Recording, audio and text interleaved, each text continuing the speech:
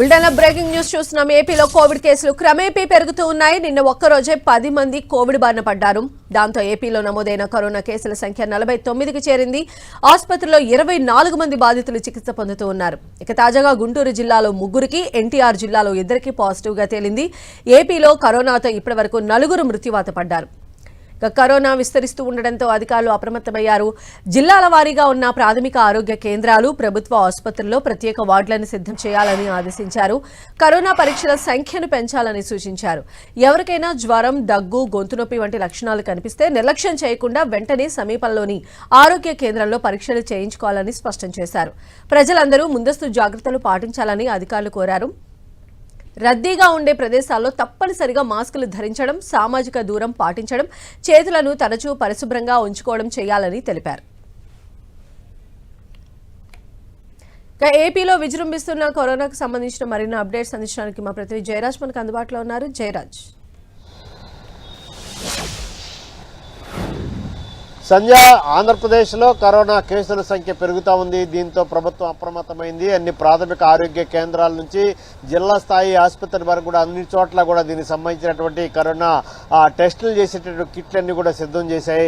అదేవిధంగా ప్రాథమిక ఆరోగ్య కేంద్రాల్లో అన్ని రకాల ఏర్పాట్లు చేశాయి. అదేవిధంగా జిల్లా హెడ్ క్వార్టర్స్, అదేవిధంగా ఆ ప్రధాన ఏరియా ఆసుపత్రుల్లో ప్రత్యేకమైన వార్డులు కూడా ఏర్పాటు చేసినటువంటి పరిస్థితి ఉంది. నిన్న ఒక్కరోజు 10 కొత్త కేసులు నమోదవటం, మొత్తం మీద ఇప్పటి వరకు కూడా 49 కేసులు మొత్తం నమోదైనట్టుగా వైద్య ఆరోగ్య శాఖ అధికారికంగా ప్రకటించింది. మొత్తం ఇప్పటి వరకు కూడా 49 యాక్టివ్ కేసులు ఉన్నట్టుగా అధికారికంగా ప్రకటించింది. ఇందులో గుంటూరు జిల్లాలో 3, ఎన్టీఆర్ జిల్లాలో 2 కేసులు, కొత్త కేసులు నమోదైనటువంటి పరిస్థితి ఉంది.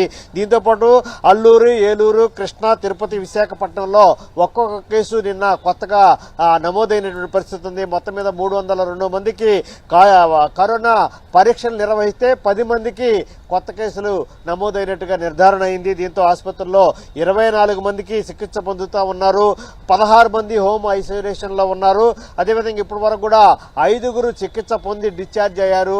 మొత్తం మీద చూస్తే గత నెల రోజుల వ్యవధిలో 4 కరోనా వల్ల చనిపోయినట్లుగా నిర్ధారణ అయింది. రాష్ట్రంలో మొత్తం అప్రమత్తత నెలకొన్నటువంటి పరిస్థితి ఉంది. ఎక్కడికక్కడ వైద్య ఆరోగ్య శాఖ దీనికి సంబంధించిన ప్రచారం చేస్తూ ఉంది.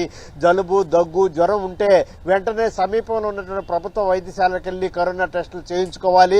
నిజంగా కరోనా పాజిటివ్ గా వస్తే తగినటువంటి జాగ్రత్తలు తీసుకోవాలని చెప్పేసి వైద్య ఆరోగ్య శాఖ ఇప్పటికే ప్రకటన జారీ చేసినటువంటి పరిస్థితి ఉంది. తూర్పుగోదావరి జిల్లాలో అత్యధికంగా 11 కేసులు ఇప్పటి వరకు కూడా నమోదైనటువంటి పరిస్థితి ఉంది.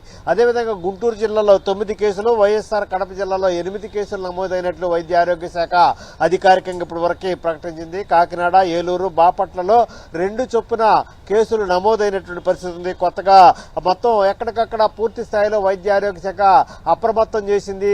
వైద్య ఆరోగ్య శాఖ సిబ్బంది కూడా మొత్తం విధులుకి ఎక్కడ కూడా ఆటంకం లేకుండా వారికి కావాల్సినటువంటి వచ్చినటువంటి కరోనా లక్షణాలు ఏవైతే ఉన్నాయో, ముందుగా జలుబు, దగ్గు, జ్వరం ఉంటే సమీపంలో ఉన్నటువంటి వైద్య ఆరోగ్య కేంద్రానికి వెళ్లి టెస్టులు చేయించుకోవాలని చెప్పేసి ఇప్పటికే ప్రచారం జరుగుతున్నటువంటి పరిస్థితి ఉంది. అయినప్పుడు కూడా కరోనా కేసులు పెరుగుతున్నప్పుడు కూడా దీనికోసం భయపడాల్సిన అవసరం లేదు. ఇది ప్రాణాంతకమైనటువంటి వ్యాధి కాదు. ఈ జలుబు, జ్వరం, అదేవిధంగా ఒళ్ళు నొప్పులు, గొంతు నొప్పి ఉంటే సమీపంలో ఉన్నటువంటి వైద్య ఆరోగ్య కేంద్రానికి వెళ్లి టెస్టులు చేయించుకోవడం, తగిన మందులు వాడితే సరిపోతుంది. దీనివల్ల ఏ విధమైనటువంటి ప్రాణాపాయ పరిస్థితి లేదని చెప్పేసి వైద్య ఆరోగ్య శాఖ ఇప్పటికే ప్రకటన జారీ చేసింది. అయినప్పుడు కూడా ప్రజలు అప్రమత్తంగా ఉండాలి.